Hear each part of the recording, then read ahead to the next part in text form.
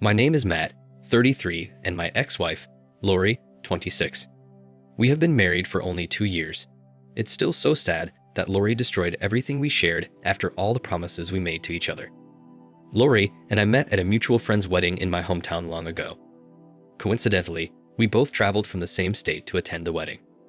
The groom was a close friend of mine from high school, and Lori was related to the bride. They were cousins. At the wedding, I could not take my eyes off of her, and I could not explain why. That marked the beginning of our relationship. We dated for a year before getting married. Profession-wise, she was a nurse and I worked as a data analyst, so we were both doing okay financially. Initially, I considered marrying Lori as one of the best things that ever happened to me because our lives were almost perfect, and I never believed a time would come when Lori would shatter my heart. We were a team and we found a way to balance our busy schedules. When we were both at home, we did almost everything together. We ate together, shared the bathroom, went shopping, traveled, and so much more. Our intimate life was also top-notch. She was so great in bed, and because I loved her company so much, we agreed that we wouldn't have kids in the first 2 years of our marriage so that we could enjoy our moments without interruptions, and she loved the idea. I won't say that we were the perfect couple. There were days of mood swings and wanting to be alone, but we barely fought. We understood each other and stuck to what needed to be done at home. The only time Lori and I had something to fight about was when I found out she was entertaining a conversation with a man flirting with her on Instagram, and I was so mad. According to her, the man saw one of her bikini pictures and reacted to it, and she had told him she was married, but that didn't stop him. I wasn't even pissed at the man. I was mad at Lori for taking things that far with him. Their conversation even became sensual, and she claims she didn't take any of the things he said seriously, and that she was only having fun with him. When she saw that I was so angry and I wasn't buying any of her excuses, she blocked him, and since then, we never fought over something like that again. On my end, I was a very strict and disciplined person, and anything or anybody that seemed to push me in the direction of cheating on Lori, I had to cut them off without thinking twice. I did this because I had been cheated on in the past, which took me a while to heal, and I didn't want to hurt Lori or anyone in that way. Meanwhile, my father had been battling a terminal illness for years, which was why I visited him twice a month. I also had hired a personal nurse to look after him, but his health kept deteriorating as time passed. Around the 2nd year of our marriage, I visited my dad one weekend as always, and I didn't love how I met him. I felt I wasn't doing enough as a son. I was so bothered that when I returned to my house, I asked Lori if my dad could move in with us. I was an only child, and he didn't have anyone else to look after him. My mother also passed away 5 years ago due to some heart issues. At that state of his illness, I believed it would be better for him if he stayed close to his family. Also, his health was worsening day by day, and I wanted to spend those days with him in case they were his last. After much persuasion, Lori agreed for my father to move in with us, and I was glad. I was even happier because she was a nurse, and I thought she would also help look after her father-in-law, but after much deliberation, I changed my mind. A few days later, my father moved in with us. My ill father's presence caused a couple of things to change between Lori and me. I started spending more time with my father and less time with Lori. It wasn't like I neglected her or something. I didn't. We still spent time together, but it was not like before. My father's condition required someone to feed him, bathe him, help him take a pee, and do other things he couldn't do on his own. And doing all of these things took my time. So I hired a caregiver to help look after my father. As of the time my father moved in with us, I was working remotely, which gave me the flexibility to juggle between working and looking after him. The first 4 weeks after my father moved in with us, Lori treated him well and tried to spend time with him, which made me happy somehow. But after a month, her attitude changed completely. She started ignoring him and acting around him like he was a leaper. Initially, I thought she acted that way because she was always exhausted whenever she came home from work, but I noticed that even on her free days, she wouldn't even care if my father was home with us or not. In fact, on the days, Lori could go the whole day without seeing or asking of him. Lori would be at home watching TV or doing something with her phone, and after that, she'd go out to hang out with her friends or visit her family. When her new attitude got out of hand, I confronted her about it, and she told me to my face that it was my problem to be worried about my father and not hers. She also mentioned something about not wanting him anymore in the house because he was spreading his disease and she hated the smell of old people. How ironic for someone who worked in a hospital. I never expected to hear that from her, and it came as a shock. It'd be a lie to say I wasn't disappointed to hear that. I already had enough of her attitude, and as if it was not enough, she complained that our house stank and reeked of medicine and dirt. She even went as far as saying that she didn't leave the hospital to come back at home and smell like a hospital. And as a result of that, she preferred to spend more time outside with her colleagues from work and girlfriends than come home to me and my dad. Meanwhile, her change in attitude did not only affect her relationship with my father, it affected our marriage too. I know it was a very tough time for us, and having an elderly sick person under our roof was not easy, but I expected her to understand for a while. I tried as much as possible to balance work, caring for my father, and our marriage. I didn't want to lose my marriage while looking after my dad because I loved Lori a lot. To be honest, when Lori told me she would be spending more time outside because of my father's presence, I thought she was bluffing. She started staying out late and would return as late as 1 a.m. when she was supposed to be home by 7 p.m. The first time it happened, she said something about going out to drink with her friends at a bar, and they lost track of time and stayed out late. But after that, it became more of a habit. On some nights, she would not return home, which became very annoying. If I asked her why she didn't return home, she'd say she had to cover up for a sick colleague or she chose to work extra time.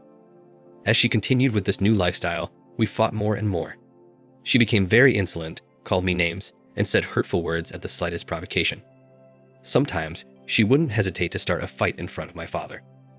Also, she stopped cooking, doing the dishes, and cleaning the house. She left everything for me to do. All she did was sleep at home on some nights and leave as early as 7 in the morning. It even got to the extent where she stopped inviting her friends and relatives home because, in her words, she didn't want to infect them with my father's disease. While all of this was happening, she came home one night to tell me she'd be going for a 1-week vacation with her girlfriends, her fellow nurses, and I kicked against it.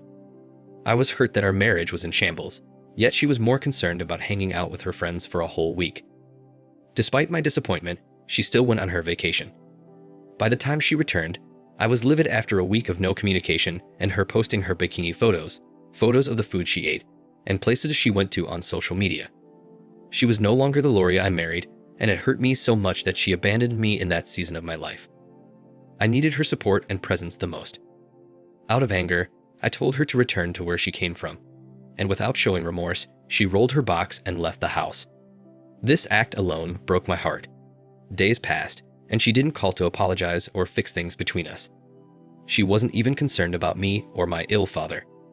Thankfully, I had a caregiver who took off the responsibility of caring for my father from my shoulder, and I could focus on other things. I had to accept that being away from Lori was messing with my head, so I swallowed my pride and reached out to her. When she refused to pick up my calls, I went to the hospital where she worked at. We talked, and I asked her to come back home with me, and she insisted that she would think about it. But after much persuasion, she agreed to come home with me that day. I know you will all say I'm a simp or a weak man, but you won't understand the state of my heart and how lonely I was then. I loved Lori and wanted us to fix whatever was going on between us. After we went home that day, I tried to please her for about 3 days. I served her breakfast in bed and did other things she loved to make her happy and win her heart back. I even went as far as apologizing for any inconvenience my father's presence caused in our marriage, and I hoped things would get back to normal, but it got worse. That same week, Lori slipped out of the house again and did not return the following morning until later in the evening. It was almost like she was telling me, "Do whatever you want to do, I'm not changing my mind about us," and I got the message. In addition to everything happening, she started posting pictures of her at nightclubs, drinking and smoking with her girlfriends, and she wore more seductive and exposing clothes. Even with all of this happening, I still believed our marriage was worth saving until I saw a video that changed everything.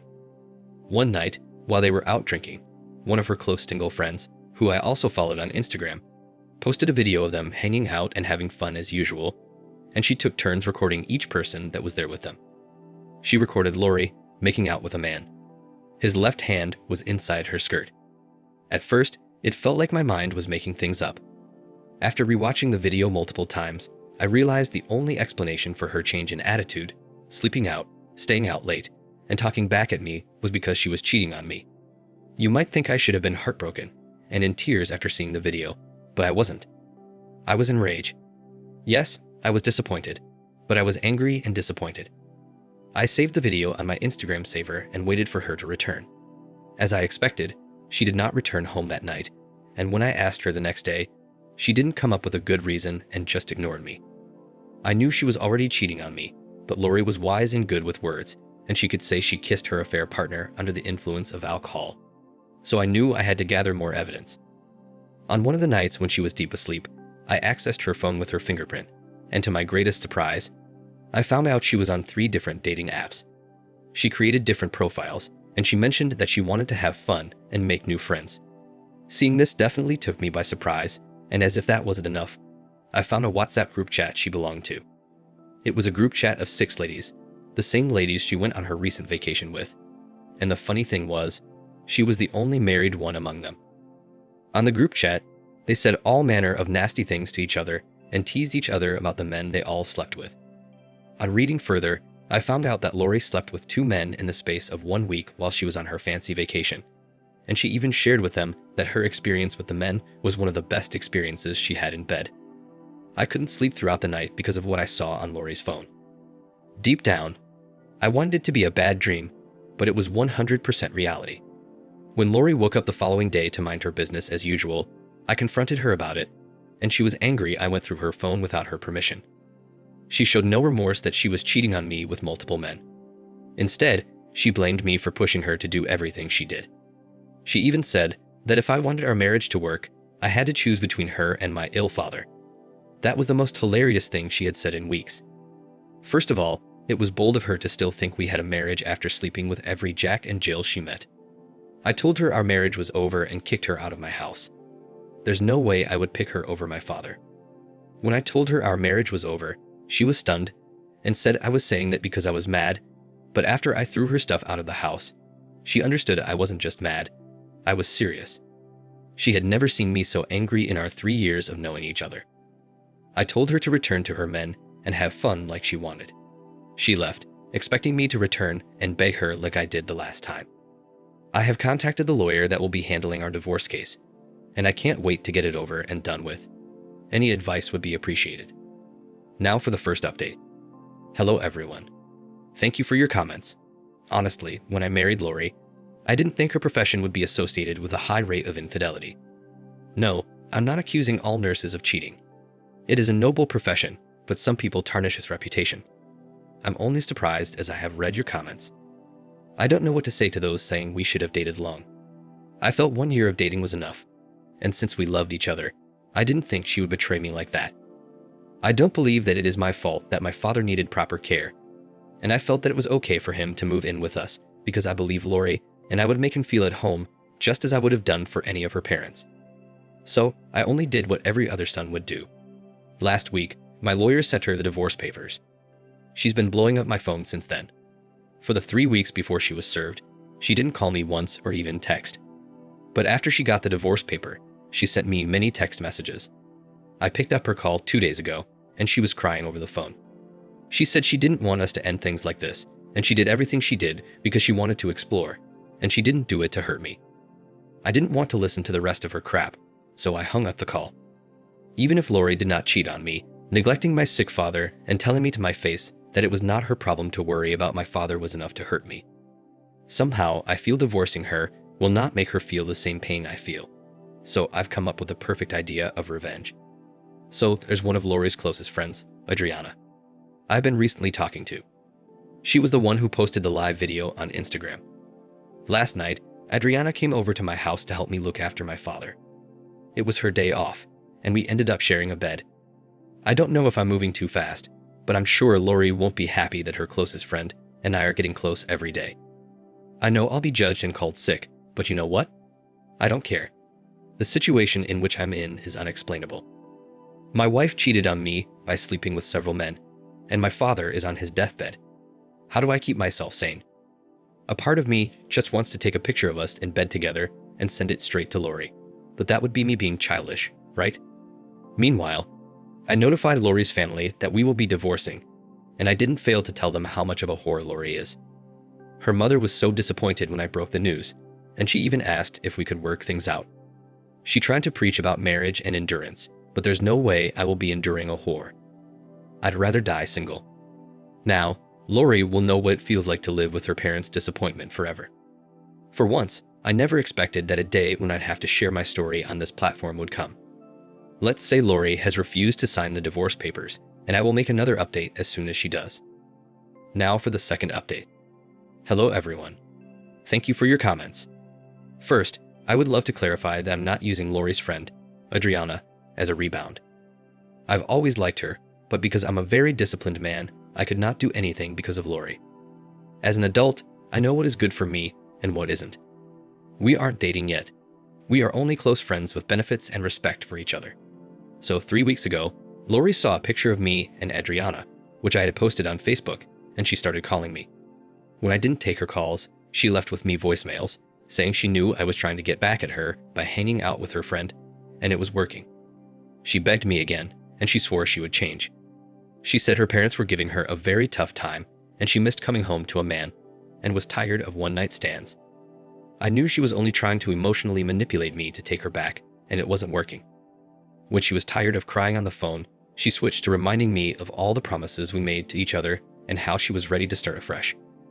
Eventually, I got tired of her spamming my voicemails, so I asked my lawyer to remind her about the signing of divorce papers.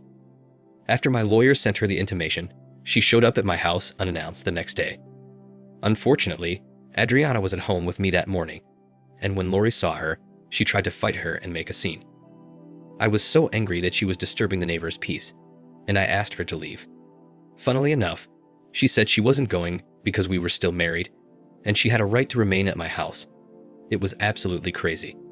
She even tried to convince me to take her back, but I told her to her face that I would rather spend the rest of my life with her friend or die single than take her back.